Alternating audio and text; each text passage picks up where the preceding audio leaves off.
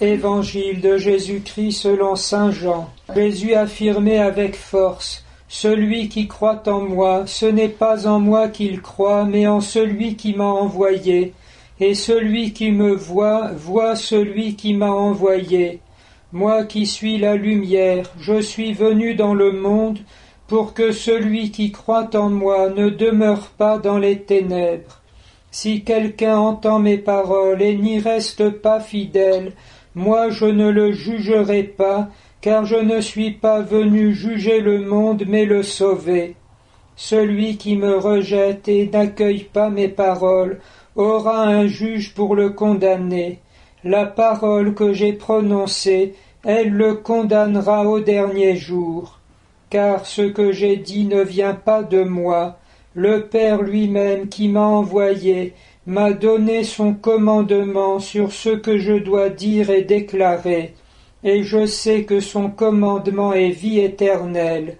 Donc ce que je le déclare comme le Père me l'a dit. » Les quelques versets de l'Évangile selon saint Jean que nous venons d'entendre se trouvent au chapitre 12, qui est un moment charnière dans cet Évangile. Juste après ces mots commence le récit de la Passion, ou plutôt le récit de la dernière scène, qui se prolongera sur plusieurs chapitres, au cours desquels le Seigneur Jésus parlera à ses disciples, non plus en parabole, mais directement et en vérité, leur révélant le mystère du Père et leur parlant à la fois de sa propre passion et en même temps de tout le temps de l'Église, en annonçant surtout l'effusion de l'Esprit Saint jusqu'à sa manifestation glorieuse à la fin des temps. Or, à ce moment, Jésus fait une sorte de bilan de son action et de son ministère public pendant 3 ans, et nous nous sentons bien en consonance avec ce qui se passe dans notre pays au moment où vient d'être votée cette transgression inique prétendant la dénaturation du mariage et y associant des tas de gens qui n'ont strictement rien à y voir, ébranlant ainsi la civilisation et s'élevant outrageusement contre les fondements mêmes de l'œuvre de création par Dieu. Le bilan est simple, la vérité a retenti. Elle est par elle-même vie éternelle et lumière pour nos esprits. Et elle est en même temps par elle-même la condamnation des ténèbres et, comme il dit ici, de ceux qui ne croient pas.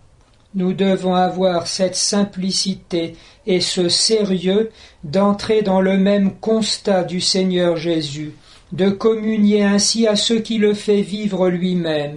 Il n'essayait pas de convaincre ni de faire passer telle ou telle idée.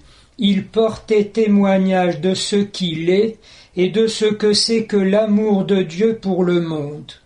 L'annonce a été faite fidèlement, la mise en œuvre est maintenant celle de sa passion, celle de la fondation de l'Église jusqu'à la fin des temps, où on verra en effet que Jésus a dit la vérité, qu'il a donné la vie, et que resplendissent ceux qui vivent de lui, et s'en vont en déroute ceux qui pensaient pouvoir s'opposer à lui. C'est, en toute simplicité, le mystère de la liberté humaine. Il revenait à Jésus de rendre possible le salut de tout homme, puisqu'il est encore et toujours immédiatement auprès de chacun. Et c'est ainsi qu'il pourra aussi, à la fin des temps, vivre chacun, en faisant resplendir une nouvelle fois la vérité, et chacun se retrouvant dans la joie d'être avec le Seigneur ou dans l'horreur d'avoir été contre lui.